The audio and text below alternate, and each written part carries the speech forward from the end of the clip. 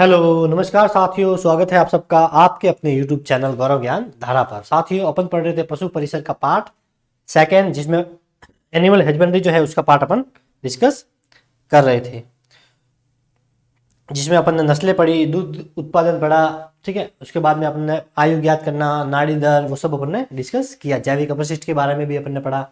आज नया चैप्टर है और उसके बारे में पढ़ेंगे। चैप्टर का नाम है पशु प्रबंधन, यानी कि पशु का मैनेजमेंट किस प्रकार से करते हैं। इंपॉर्टेंट टॉपिक है क्योंकि इसके अंदर बहुत सारी शामिल है। देखिए, पशु का आवास भी इसमें आएगा, पशुशाला की साफ सफाई, पशुशाला का आवास प्रबंधन भी इसमें आएगा।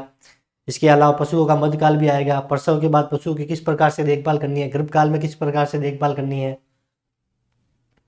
ये सब कुछ इसमें रहेगा। इसलिए एक बड़ा टॉपिक है, अच्छा टॉपिक है। इसमें से लगभग प्रश्न आपके बनेगा। तो चलिए वीडियो को शुरू करते हैं। देखिए, पशु प्रबंधन, पशु प्रबंधन के साथ में ही अपन बाद में देखेंगे कुक्कुट प्रबंधन, जो मुर्गियों से संबंधित है। ठीक है, वो वहां पर भी अपन देखेंगे। सॉरी, देखिए, पशु पशु प्रबंधन में अपन क्या क्या पढ़ेंगे वो सब यहाँ पर लिखा हुआ है। देखिए, सबसे पहले पढ़ेंगे अपन पशु आवास। ठीक है, पशुओं का आवास किस प्रकार का होता है, कितने प्रकार का होता है, कौन सा पशु आवास अच्छा होता है, कौन सा पशु आवास खराब होता है। ठीक है, इसके अलावा फिर पढ़ेंगे पशुशाला प्रबंधन, जहाँ पे पशुओं का रखा जाता है, वो पशुपालक का मैनेजमेंट किस प्रकार से किया जाता है।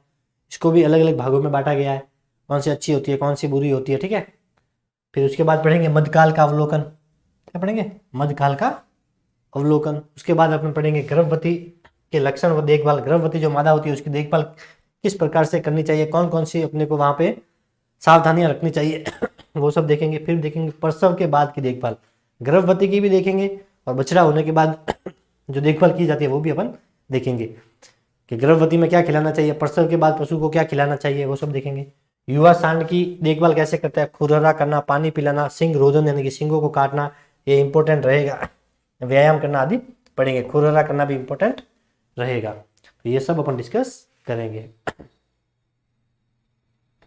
मध्यकाल, वही मादा पशु का जो है, जो नर होता है सांड, उसके प्रति जो आकर्षण होता है उसे ही बोलते हैं मध्यकाल। इसका होता है मध्य चक्र, वो भी अपन देखेंगे। पशु जब ज्ञाबिल नहीं हो जाता तब तक जो ये कार्य चलता रहता है उसे बोलते हैं मध्य चक्र, वो भी अपन इसमें पढ़ेंगे। तो ये कुछ सब है। लगभग कितने टॉपिक देखिए, 1 2 3 4 5 6 7 8 9 10 है। कितने हैं? 10 भागों में। तो इसको पढ़ने में थोड़ा टाइम लगेगा, इसीलिए अपन इसे 3 क्लासों में लगभग पढ़ेंगे। पशु आवास क्या है? पशु आवास,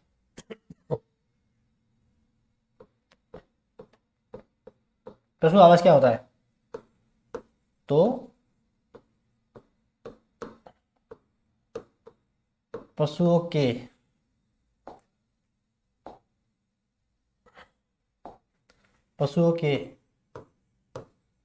रहने रहने का स्थान, पशुओं के रहने का स्थान ये क्या कहलाता है? पशु आवास कहलाता है। पशुओं के रहने का जो स्थान होता है उसे ही क्या बोलते हैं? पशु आवास। ये इंपॉर्टेंट नहीं है, इंपॉर्टेंट रहेगा ये पशु आवास जो है ये कितने प्रकार का होता है, तो ध्यान रखना। पशु आवास जो है ये 2 प्रकार का होता है। कितने प्रकार का होता है? 2 प्रकार का ये होता है। कौन कौन सा होता है? तो इसमें जो पहला होता है वह होता है बंद पशु आवास, बंद पशु आवास। और एक होता है अपना खुला पशु आवास। क्या होता है? खुला पशु आवास, बंद पशु आवास और खुला पशु आवास। तो ये दोनों आपको याद रखने हैं। देखिए, इसमें क्या याद रखना है कि बंद जो पशु आवास होता है, बंद पशु आवास जो होता है ये भारत में सर्वाधिक, सॉरी, बंद पशु आवास जो होता है ये शहरों के लिए उपयोगी है। किसके लिए उपयोगी? शहरों के लिए, शहरों के लिए, शहरों के लिए उपयोगी, शहरों के लिए उपयोगी। तो कौन सा पशु आवास जो है वो शहरों के लिए उपयोगी है? तो बंद पशु आवास। और कौन सा गांवों के लिए प्रसिद्ध है? तो खुला पशु आवास। गांवों में क्या होता है? स्पेस होता है, जमीनें बड़ी बड़ी होती है, तो पशुओं के लिए आराम से बड़ा सा एक बाड़ा या उसकी व्यवस्था हो जाती है। लेकिन बंद पशु आवास क्या, शहरों में पॉपुलेशन ज़्यादा होती है, ज़मीन इतनी नहीं होती, महंगी होती है, कॉस्टली होती है, तो वहाँ पे फिर पशुओं के रहने का जो आवास होता है वो छोटे होते हैं और बंद होते हैं। बंद से मतलब होता है कंस्ट्रक्शन के रूप में, दीवारें होती है, उसके ऊपर शेड लगे होते हैं, और बंद होता है वहाँ पे खुला इतना नहीं होता, खुला रहेगा लेकिन कम होता है। ठीक है, इसमें 2/3 भाग जो है वो होता है बंद। कैसा होता है बंद, मतलब उसके ऊपर शेड लगा हो सकता है, ठीक है। और 1/3 भाग होता है ये होता है खुला। कैसा होता है, खुला। और इसमें इसका ऑपोजिट हो जाता है, ये आपको ध्यान रखना है। खुला पशु आवास ये भारत में सर्वाधिक प्रचलित है। भारत में सर्वाधिक कौन सा प्रचलित है, तो खुला पशु आवास। भारत में सर्वाधिक प्रचलित कौन सा पशु आवास जो है वो भारत में सर्वाधिक प्रचलन में है, तो कौन सा है, खुला पशु आवास। कौन सा है, खुला पशु आवास। पशु आवास जो होता है खुला, ये पूर्व से पश्चिम की ओर होना चाहिए। कैसा होना चाहिए, पूर्व से पश्चिम, पूर्व से पश्चिम। पूर्व से पश्चिम में होगा तो क्या होगा, गर्मी में गर्मी ज़्यादा नहीं लगेगी और सर्दी में जो है ज़्यादा सर्दी नहीं लगेगी। गर्मी में गर्मी नहीं लगेगी और सर्दी में ज़्यादा इसमें सर्दी पशुओं को नहीं लगेगी। इसलिए पशु आवास कैसा होगा, पूर्व से लेकर पश्चिम की तरफ रहेगा। कैसे रहेगा, पूर्व से पश्चिम दिशा में ये होना चाहिए। इसके अलावा ध्यान रखना जो दुग्धशाला है, कौन सी है, दुग्धशाला इसके बाद आएगा या पशुशाला आएगी, दुग्धशाला बोल सकते हैं, ठीक है। दुग्धशाला जहाँ पे दूध रखा जाता है, ये उत्तर से दक्षिण होती है। कहाँ से होती है, उत्तर से दक्षिण। उत्तर से दक्षिण इसीलिए होती है ताकि यहाँ पे क्या होगा, सुबह की जो दूध जो होता है वो यहाँ पर खराब नहीं होगा, दोनों तरफ से इसको धूप मिलेगी और ये खराब नहीं होगा, ये ध्यान रखना, ठीक है। तो पशुशाला की दिशा आपको ध्यान रखनी है कि दुग्धशाला की दिशा कैसी होगी, उत्तर से दक्षिण। लेकिन जो पशुशाला है उसकी दिशा कहाँ पर होगी, तो पूर्व से पश्चिम। कहाँ पर होगी, पूर्व से पश्चिम। तो ये तो होगी पशुशाला, खुला के अंदर बोलेगा पशुशाला, ठीक है, पशुशाला, ये दोनों आ गई इसमें, ठीक है। ऐसा नहीं है कि खुले पशु आवास की मैं बता रहा हूँ, ये दोनों के लिए पशुशाला जो है वो किस दिशा में होनी चाहिए, तो पूर्व से पश्चिम होनी चाहिए। दुग्धशाला का अगर पूछ ले तो ठीक है, उत्तर से दक्षिण। ये दोनों एक जैसे थे इसीलिए मैंने यहाँ पर साइड में लिख दिए। इसको एक बार मुझे यहाँ से हटाना पड़ेगा। इसका आप स्क्रीनशॉट चाहो तो ले सकते हैं, इसका आप स्क्रीनशॉट लेना चाहो तो ले सकते हैं। ले लिया, देखिए। तो ये नॉर्मली कितने प्रकार के होते हैं पशु आवास, 2 प्रकार के होते हैं, बंद और खुला। ये बेसिक बातें थी, उसमें इंपॉर्टेंट है, ठीक है। भारत में सर्वाधिक कौन सा प्रचलन में ज़्यादा है, गाँवों में कौन सा प्रचलन में है, शहरों में कौन सा है, वो इंपॉर्टेंट रहेगा। ये है विभिन्न पशुओं के लिए स्थान की आवश्यकता। जो पशु होते हैं उसको कैसे रखते हैं, एक तो रखते हैं बंद पशु आवास जिसे ढका हुआ बोलते हैं, एक बोलते हैं खुला पशु आवास। तो बंद के लिए एक पशु के लिए कितनी जगह की जरूरत होती है और खुले के लिए कितने पशु की आवास की जरूरत होती है, स्पेस की जरूरत। तो गाय के लिए देखिए यहाँ पे 30 वर्ग मीटर स्थान की जरूरत होती है, किसमें, बंद पशु आवास यानी कि ढके हुए में। और खुले में चाहिए यहाँ पर 7, और यहाँ पर ये 30 नहीं है, सॉरी यहाँ पर पॉइंट है, ठीक है, 3.0 यानी कि 3 वर्ग मीटर जो है वो बंद में चाहिए, और खुले के लिए पशु को चाहिए एक पशु के लिए, एक भारतीय गाय के लिए, ठीक है, कितना चाहिए, 7 वर्ग मीटर। खुला है इसका मतलब स्पेस ज्यादा होगा, बंद है इसका मतलब जगह कम होगी। इसी तरह संकर गाय जो होती है, क्रॉस जो ब्रीड होती है, उसमें लिए देखिए 4 वर्ग मीटर होनी चाहिए बंद के लिए, और खुले में हो जाएगी 8.0 वर्ग मीटर। तो ये सब आपको याद रखने हैं, ये सब मैं पढ़ूंगा वैसे ही टाइम जाएगा, देखिए। तो ये स्क्रीनशॉट लेकर रखने ना, इसमें से आपको याद क्या रखना है, एक ये याद रखना है, एक भैंस का याद रखना है, एक सांड का याद रखना है, एक भेड़ बकरी का आप याद रख सकते हो। बाकी आपको ज़्यादा कुछ याद रखने की ज़रूरत नहीं पड़ेगी। चलिए आगे। वैसे इसका प्रश्न आपके नहीं बनेगा, अभी तक तो किसी में पूछा नहीं है, और पशु परिषद में इसका कोई प्रश्न ऐसा कोई पूछेगा भी नहीं। देखिए पशुशाला का प्रबंधन अपन पढ़ रहे हैं। पहले अपन ने पढ़ा पशु आवास। तो पशु आवास कितने प्रकार के होते हैं, 2 प्रकार के। अब दूसरा है पशुशाला का प्रबंधन, जो पशुशाला होती है। तो देखिए सबसे पहले है इसमें, यहाँ पर है स्थान का चुनाव। क्या है, स्थान का चुनाव। तो पशुशाला जो है उसका स्थान जो है वो कैसा होना चाहिए। तो ये देखिए, ये भूमि से क्या है, भूमि से, भूमि से 1 से 2 फीट ऊपर होना चाहिए, 1 से 2 फीट ऊपर होना चाहिए, ऊपर होना चाहिए। तो पशुशाला के जो स्थान होता है ना, वो जमीन से मतलब 1 से 2 फीट ऊपर होना चाहिए। कहीं कहीं पे आपको ये 2.5 फीट भी ऊपर लिखा हुआ मिल सकता है, लेकिन एग्जैक्ट जो क्राइटेरिया वो आपको ये ध्यान रखना कि 1 से 2 फीट जो है ये ऊपर होना चाहिए, धरातल से लगभग 1.5-2 फीट ये ऊपर होना चाहिए। तो स्थान सबसे पहला इंपॉर्टेंट काम है, कितना होना चाहिए, 1.5 से 2 फीट ऊपर होना चाहिए जमीन से। फिर ये पशु का जो स्थान है ये बाजार के पास में होना चाहिए। कैसा होना चाहिए, बाजार के पास, ताकि पशुओं को लाने ले जाने में सुविधा रहे। बाजार के पास होना चाहिए, बाजार के पास होना चाहिए। सड़क से निर्मित होना, सड़क निर्मित होनी चाहिए, ठीक है। सड़क पक्की हो, पक्की हो या अच्छी हो, सड़क पक्की हो या अच्छी हो। जहां पे भी अपन पशुशाला का निर्माण कर रहे हैं वहां पे सड़क होनी चाहिए। सड़क कैसी होनी चाहिए, या तो पक्की होनी चाहिए, और पक्की नहीं भी हो तो ऐसी हो कि कम से कम वहां पे एक बड़ा व्हीकल जो है वो वहां से, ट्रक जो है वहां से गुजर सके, तो अच्छी होनी चाहिए। अगर सड़क अच्छी होगी तो आने जाने में क्या होगा, टाइम कम लगेगा, और पशुओं को ले जाने में, आने ले जाने में यहाँ पे समस्या नहीं होगी। तो बाजार भी पास होना चाहिए ताकि उनको बेचने में, खरीदने में आसानी रहे। सड़क कैसी होनी चाहिए, पक्की हो या फिर अच्छी होनी चाहिए, और 1 से 2 फीट जमीन यहाँ के ऊपर होनी चाहिए। तो पशु स्थान का जो चुनाव करते हैं इस समय ये सारी सावधानियां जो है ये ध्यान में रखनी जरूरी है, ठीक है। पानी की सुविधा हो पास में, ठीक है,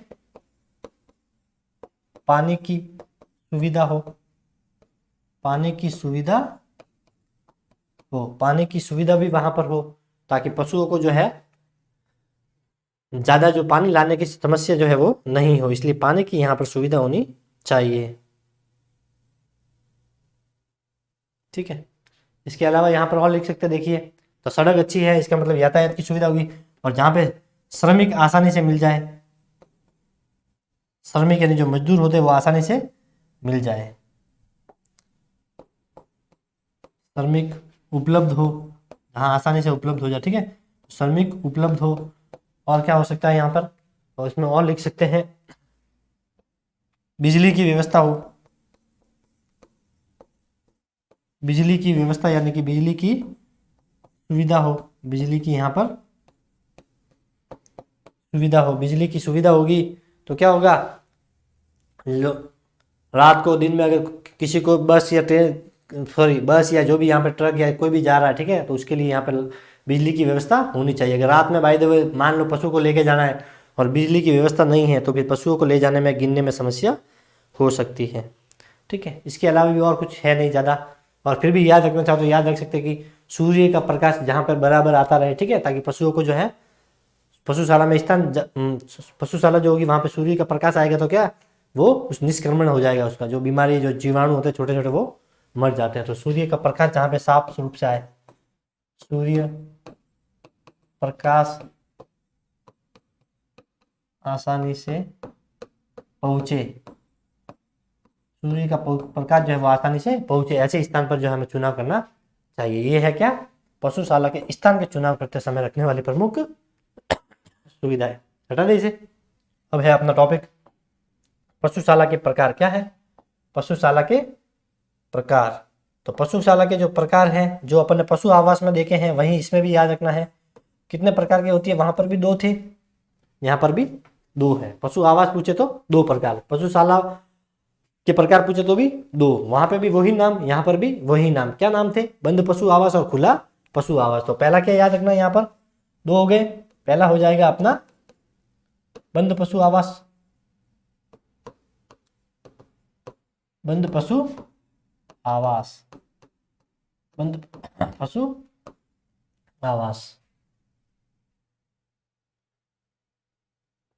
पशु आवास भी 2 होते हैं, पशुशाला आवास भी। यहाँ पे पशुशाला भी लिख सकते हैं, पशुशाला, ठीक है। तो बंद पशुशाला आवास और खुला पशुशाला आवास दोनों ही 2 प्रकार के होते हैं। पशुशाला आवास भी 2 प्रकार का होता है, और पशुशाला आवास, पशु आवास है वो भी 2 प्रकार का होता है।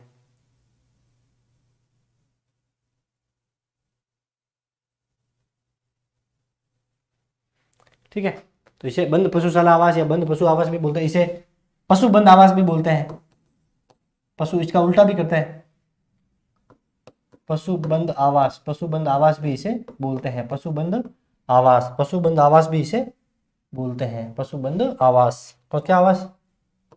पशु बंद आवास, ये इसका उपनाम हो सकता है स्टेरियन, स्टेरियन, स्टेरियन बर्न भी इसे बोलते हैं, इंग्लिश नाम ये भी याद रखना है। तो बंद पशु आवास के और नाम पूछ सकते हो, तो उपनाम देखिए पशु बंद आवास या फिर बंद पशु आवास, स्टेरियन बर्न, ये इसके उपनाम हो जाएंगे। ठीक है, और बंद पशु आवास किस कहाँ पर उपयोगी है? ये शहरों के लिए उपयोगी, ये मैंने बता दिया आपको, शहरों के लिए उपयोगी, शहरों के लिए उपयोगी, किसके लिए उपयोगी? शहरों के लिए ये उपयोगी रहेगा, क्योंकि शहरों में जगह कम होती है, इसीलिए वहां पर ये उपयोगी रहता है। इसके कुछ लाभ हैं और कुछ इसकी हानियां हैं, इसके कुछ लाभ हैं और कुछ इसकी हानियां हैं। तो बंद पशु आवास जो है उसके क्या लाभ हैं और क्या इसकी हानियां हैं।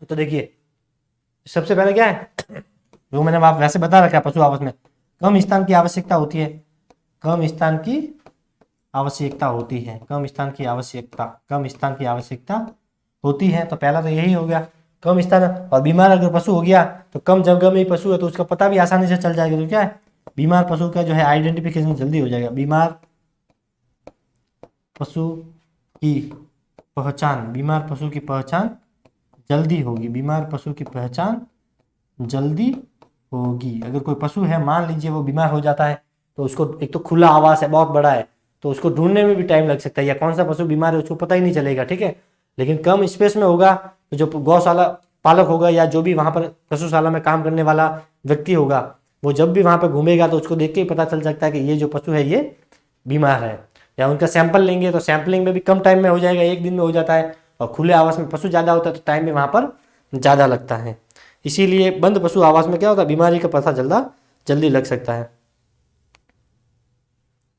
ठीक है, इसमें आहार खिलाने में भी आसानी रहती है, ये भी लिख सकते हैं कि आहार खिलाने में आसानी रहती है, आहार खिलाने में आसानी रहती है, आहार खिलाने में आसानी रहती है। इसके अलावा लिख सकते हैं कि पशु आपस में लड़ेंगे नहीं, पशु आपस में लड़ेंगे नहीं। उनके दिमाग में आएगा कि पशु पास में रहेंगे, बंद में रहेंगे तो लड़ेंगे ज्यादा, आएगा ना। लेकिन जब ये पशु आवास होता है, इसमें क्या होता है, अलग अलग कमरे होते हैं, शेड होते हैं अलग अलग, इसमें अलग अलग पशुओं को अलग अलग जगह पे रख सकते हैं। इसलिए यहाँ पे ध्यान रखना, पशु आवास में लड़ाई कम होगी, खुले में ज्यादा होगी। ठीक है, इसी आपको, तो ये इसके लाभ है। इसे मुझे यहाँ से एक बार हटाना पड़ेगा, उससे पहले आप जो है इसका स्क्रीनशॉट ले सकते हैं। हटा दे, यह लाभ है। अब इसी की अपन हानियां पढ़ेंगे वापस। क्या पढ़ेंगे, तो पशुशाला के प्रकार पढ़ रहे थे, उसमें पढ़ रहे थे अपन बंद पशुशाला प्रबंधन, तो उसका बंद में पढ़ रहे थे अपन, लाभ इसके हो गए थे। अब इसकी हानि लिख सकते हैं अपन, हानि या हानियां अपन पढ़ सकते हैं। तो एक तो क्या है, पशु में थनैला रोग होने की संभावना रहेगी, पशु में थनैला रोग होने की संभावना होती है, पशु में थनैला रोग होने की संभावना होती है। थनैला रोग जो है ये दुधारू पशुओं में होता है, विशेषकर मादाओं में होता है। ठीक है, और ये जीवाणु जनित रोग है। कैसा रोग है, जीवाणु जनित।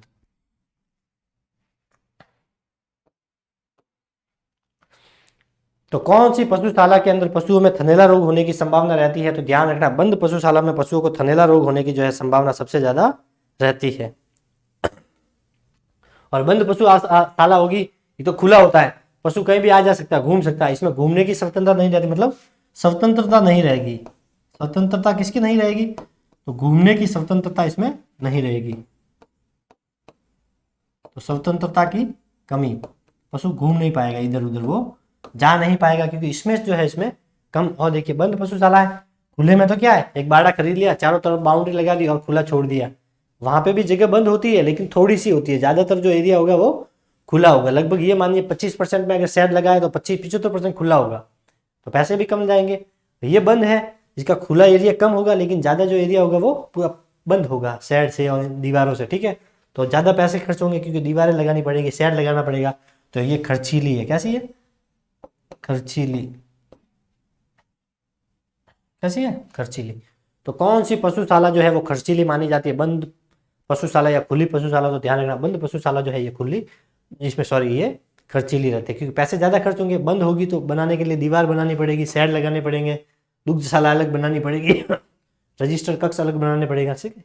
तो ये हो जाएगी इसकी प्रमुख रूप से हानियां। तो इसकी पशुशाला के लाभ और हानि में से प्रश्न बन सकता है। फिर देखिए बंद पशु आवास है, इसके भी दो प्रकार है। बंद पशुशाला को भी वापस दो भागों में बांटा गया। एक है फेस टू फेस विधि। क्या है? फेस टू फेस विधि। फेस टू फेस विधि। और दूसरी है, ये पहले होगी और इसी में से दूसरी, tail to tell Vidhi. Tell to tell विधि, इसे बोलते हैं हिंदी में मुंह से मुंह विधि। मुंह से मुंह विधि, और इसे बोलते हैं पूंछ से पूंछ विधि। पूंछ से पूंछ विधि, ठीक है। पूंछ से पूंछ विधि। अब इन दोनों के बारे में भी अपन पढ़ेंगे। प्रश्न इनमें से ही आपके बनने की संभावना सबसे ज्यादा है, ये इंपॉर्टेंट रहेगा। तो कौन सी विधि है जिसे दो भागों में बांटा गया है? खुली विधि या बंद विधि? तो बंद जो पशुशाला है उसे दो भागों में बांटा गया है। एक है फेस टू फेस विधि और दूसरी है टेल टू टेल विधि। और नाम से ही आपको इसके बारे में पता चल जाएगा। फेस टू फेस, मुंह से मुंह।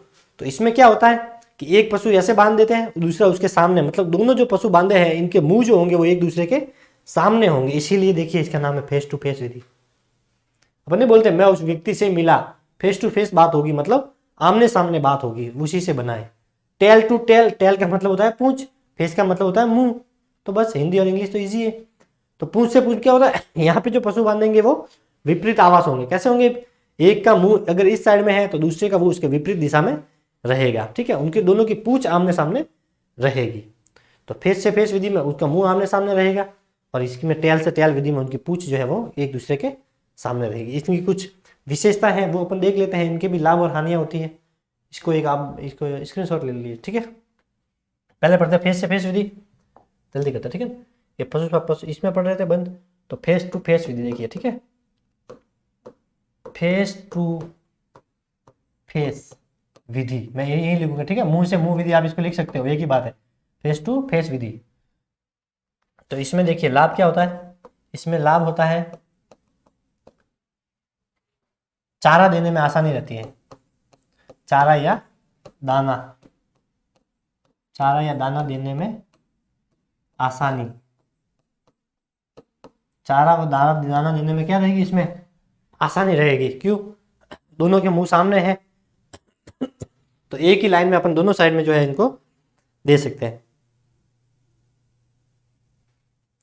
तो ये ध्यान रखना, दाना देने में कैसे आसानी रहेगी? दोनों के मुंह ऐसे आए और एक ही लाइन में बंधे हुए हैं, इधर चारा एक साथ में दे सकते हैं, इसीलिए इसमें आसानी रहेगी। ये उसका लाभ है। इसकी हानि, तो इसकी हानि क्या हो जाएगी? देखिए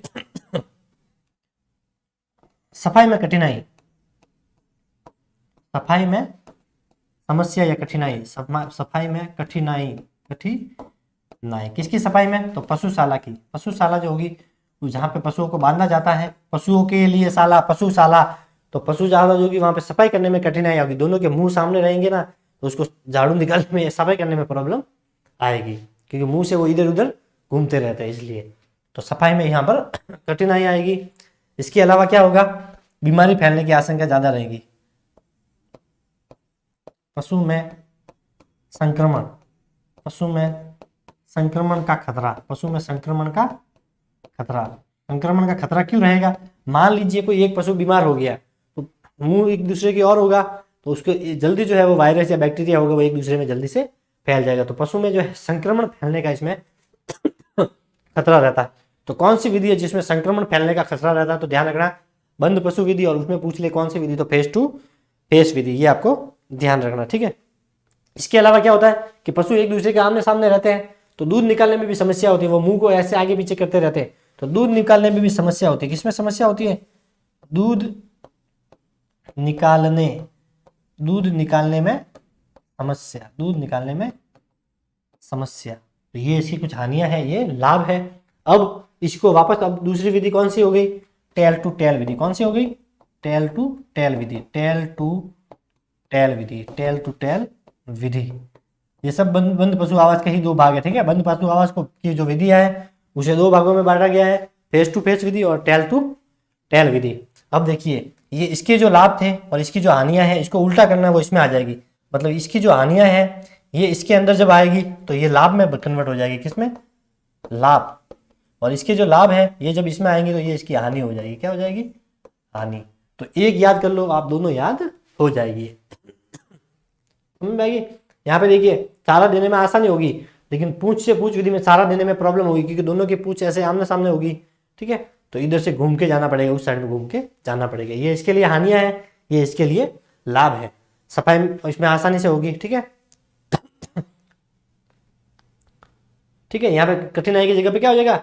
सफाई करने में आसानी रहेगी, पशु में संक्रमण का खतरा कम रहेगा, दूध निकालने में आसानी रहेगी, ठीक है। ऐसे याद रखना है। ये कि ये नहीं आएगी, इसमें चेंज होगा कि क्या होगा? सफाई में आसानी रहेगी, पशु संक्रमित नहीं होगा और दूध निकालने में जो है समस्या नहीं रहेगी। इस प्रकार से इसको याद रखना है, ठीक है। और यहाँ पे क्या होगा? चारा दाना देने में समस्या आएगी। हो गया ऐसे, इसलिए मैंने नहीं लिखा, ठीक है। इसको उल्टा कर देना आप। तो कौन सी हो जाएगी? टेल से टेल विधि। समझ में आ गया ना? या लिखो पूरा? आपको समझ में आ गया होगा, इतना इसमें कुछ ज़्यादा है नहीं। हटाइए इसे। तो ये पशुशाला और पशु आवास दोनों दो भागों में बांटा गया है। दोनों में ही बंद पशु आवास और खुला पशु आवास होता है, ठीक है। पशु आवास दो होता है, बंद पशु आवास और खुला।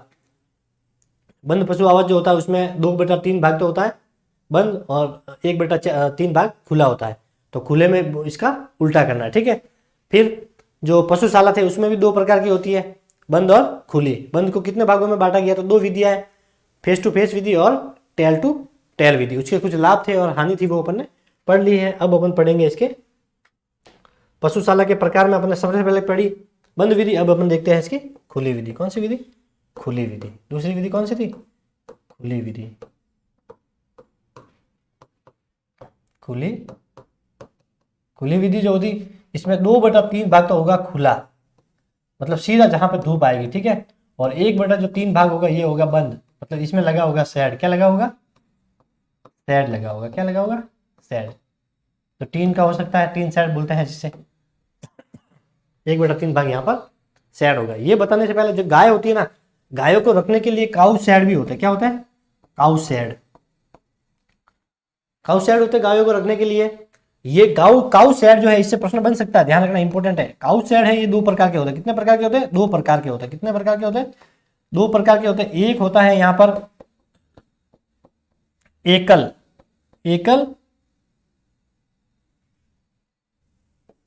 पद्धति, एकल पद्धति। और दूसरा होता है, ये सही नहीं आया, इसको मिटाना पड़ेगा, ठीक है।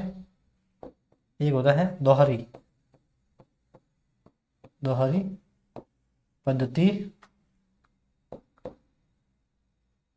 सैड या आवाज लिख दूं, यहाँ पे सैड लिख देता हूं मैं, सैड, ठीक है। देखिए तो काउ सैड कितने प्रकार के होते हैं ये पूछ लेता है कि गायों के लिए जो सैड होते हैं वो कितने प्रकार के होते हैं? दो प्रकार के होते हैं। एक होता है एकल पद्धति सैड, दूसरा होता है दोहरी पद्धति सैड। ये जो होता है इसमें ये बात कम से कम 12 गायों की होनी जरूरी है, ठीक है। कम से कम 12 गाय के लिए, कम से कम 12 गाय के लिए ये होता है। और इसमें 12 से अधिक होने पर ये होता है, 12 से अधिक होने पर। अगर 12 से ज्यादा गाय है तो दोहरी पद्धति का सैड लगाया जाएगा। और 12 से कम है, कम से कम नहीं, यहाँ पर 12 से कम, ठीक है।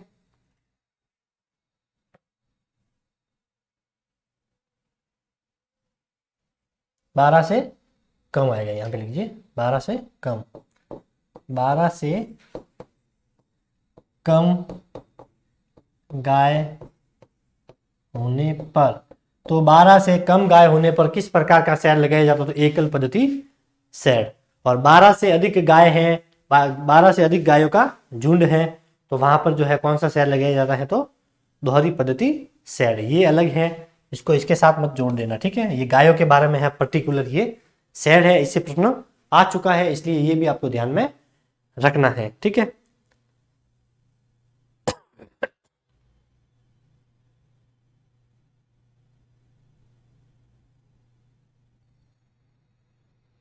इसको हटा दे,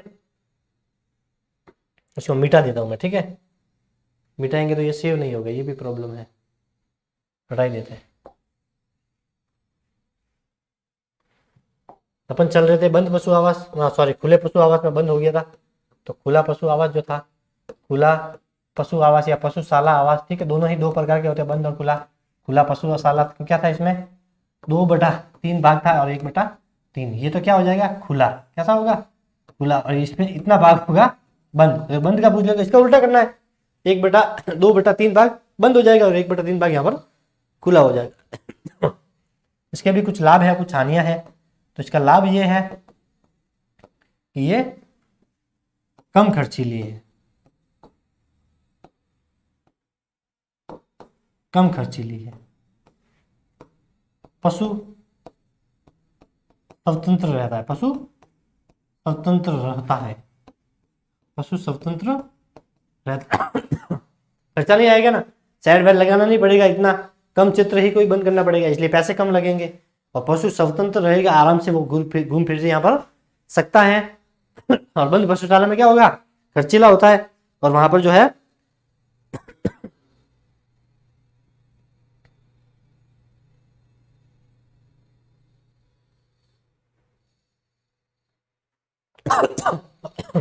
और श्रम भी कम जाएगा। क्यों? सफाई कम करनी पड़ेगी। सफाई कम क्यों करनी पड़ेगी? खुली पड़ी है, कोई रूम तो है नहीं बंद, तो उसको बार बार साफ करना पड़ेगा। खुला है, मैदान है, इसलिए 2-3 महीनों में भी अगर सफाई करे तो भी यहाँ पर चल, तो श्रम की कम आवश्यकता होगी, सफाई कम यहाँ पर करनी पड़ेगी, ठीक है।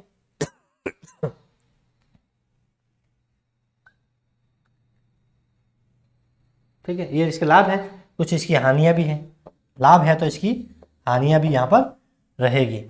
तो कौन कौन सी हानियां रहेगी बताइए? इसका विपरीत करना है, जो लाभ होते हैं इसका विपरीत कर दीजिए, सीधी इसकी हानि हो जाएगी।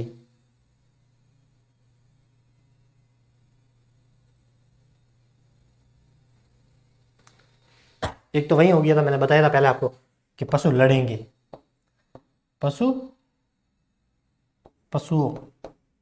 पशुओं का लड़ना। खुले में होंगे, बंद होगा तो लड़ेंगे नहीं, खुला होगा सारे एक जगह में मैदान में, तो आपस में क्या होगी? भिड़ंत होगी, लड़ाई होगी उनमें। तो पशुओं का क्या होगा? आपस में सॉरी, पशु जो है वो आपस में क्या करेंगे? लड़ाई करेंगे, और यही इसमें इंपॉर्टेंट पॉइंट है।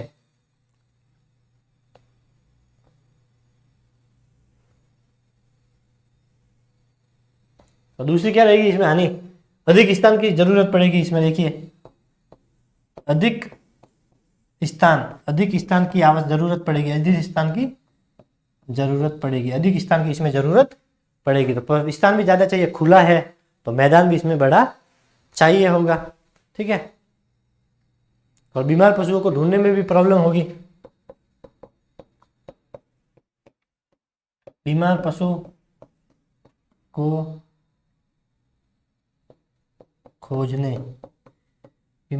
खोजने में समस्या आएगी। क्या आएगी? समस्या आएगी। ये इसमें समस्या रहेगी। इसके जो लाभ है, ये बंद पशु विधि के क्या हो जाएंगी? बंद पशु विधि के ये हो जाएगी हानियां। ध्यान रखना ये। तो आपको दोनों याद करने की क्या जरूरत है? आपको तो एक ही याद करनी है। और इसकी जो हानियां है, यही बंद की क्या हो जाएगा? बंद के लाभ हो जाएगा। क्या हो जाएगा?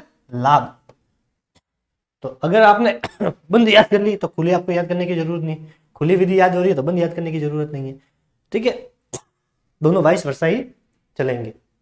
हटा दे इसे। देखिए, पशुशाला पशुशाला में आवास गृह के पास निम्न सुविधा है। पशुशाला जो है उसके पास अगर जो आवास गृह बना होगा पशुओं के रहने का, उसके पास में क्या होगा देखिए, तो वहां पे दुग्धशाला भी होनी जरूरी है। दुग्धशाला किसके लिए होती है? दूध निकालने के लिए।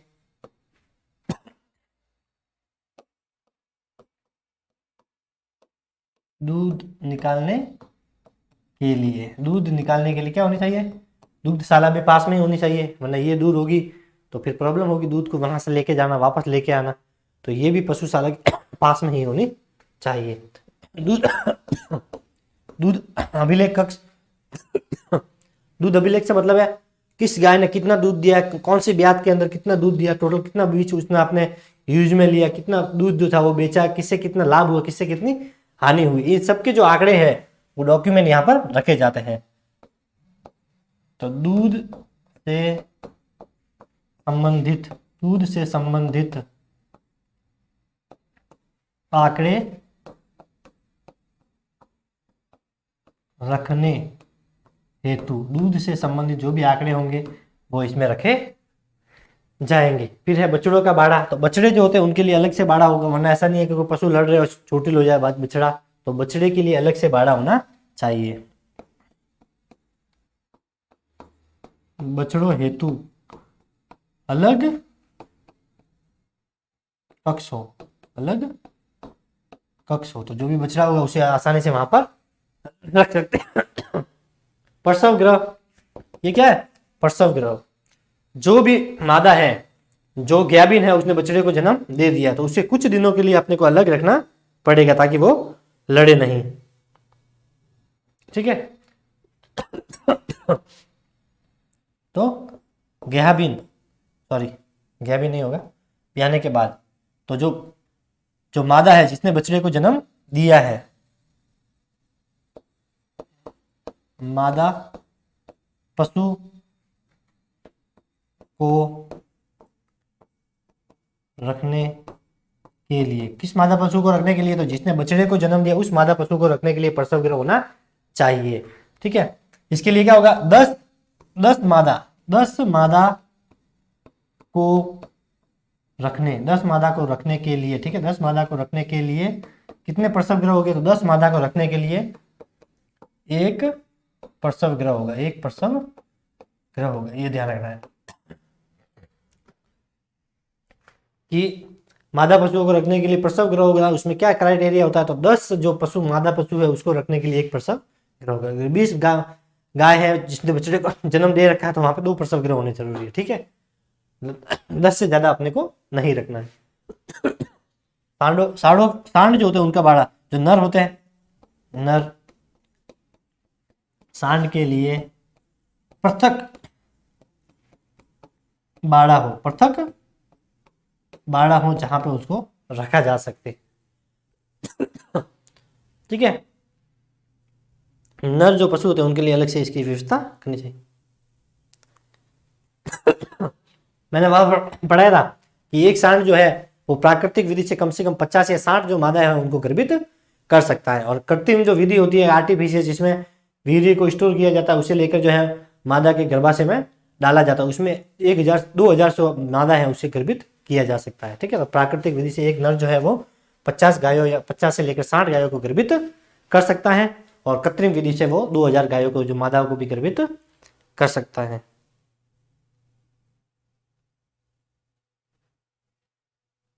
पृथक्करण कक्ष, तो पृथक्करण का वही बीमार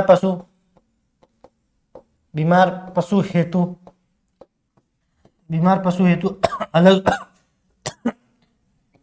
अलग कक्ष हो। ठीक है।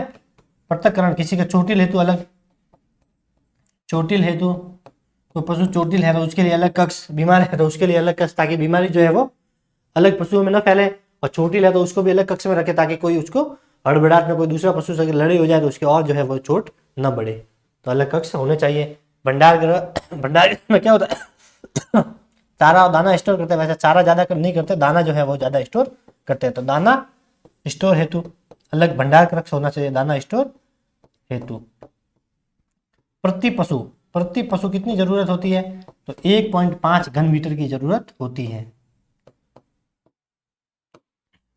तो ध्यान रखना, भंडार गृह जो है वहां पे एक पशु के लिए 1.5 घन मीटर स्थान की जरूरत रहती है जहां पे भंडार किया जा सकता है। एक पशु के लिए कितने घन मीटर भंडार कक्ष की जरूरत पड़ती है? तो प्रति पशु जो है 1.5 घन मीटर स्थान की जरूरत पड़ती है। ये सबसे इंपॉर्टेंट है, ये पूछा जा सकता। कार्यालय व निवास, इसके लिए मान लीजिए रात को कोई आ गया और लेट हो गया है तो उसको रहना है, तो व्यक्तियों को रहने के लिए भी कोई कार्यालय होना चाहिए जहाँ डॉक्यूमेंट होगा, आदमी बैठ सके, और उनके रुकने के लिए एक निवास गृह भी वहां पे होना चाहिए। पशुशाला की साफ सफाई, तो पशुशाला की जो साफ सफाई है ये भी नियमित होनी चाहिए। देखिए बंद जो पशुशाला होगी उसे अपने को हर रोज साफ करना पड़ेगा, क्यों? बंद है वो, कंस्ट्रक्टेड होगी तो वहां पे गंदगी ज्यादा फैलेगी। लेकिन खुली जो पशुशाला है उसे साफ करने में पैसे कम लगते हैं, उसे अपने को साफ करने के लिए आराम से 1 महीने 2 महीने में जो है मैदान को साफ कर सकते हैं। तो ये उससे संबंधित कुछ सुविधाएं हैं जो पशुशाला में होनी चाहिए। छोटी सी क्लास थी ये, पशुशाला का ज्यादा टॉपिक, आज तो ये नॉर्मल था, कुछ बेसिक बातें थी पशुशाला। ये इंपॉर्टेंट आएगा कल आएगा मध्यकाल, मध्य चक्र पढ़ेंगे, ठीक है। उसके बाद में सांड जो होता है उसके बारे में पढ़ेंगे। फिर उसके बाद शायद कल आ जाए या परसों आएगा, वो इंपॉर्टेंट रहेगी। खुरहरा करना किसे कहते हैं? सिंह रोदन, पशु के जो सिंह होते हैं उसको कैसे काटते हैं, कौन कौन सी विधियां हैं, उससे प्रश्न बनेगा, वो इंपॉर्टेंट आपके रहेगा। ऑल द वेरी बेस्ट, तैयारी जारी रखिए। देखिए हमारी जो बुक है ये मैंने इसको देखा है, मोर देन ये सफिशियंट है, सब कुछ है इसमें। टेस्ट सीरीज देखी हो तो वो भी काफ़ी अच्छी है, उसको अपडेट भी वापस कर दिया है, नए प्रश्न भी उसमें जुड़ेंगे, ठीक है। तो तैयारी करते रहिए। All the very best.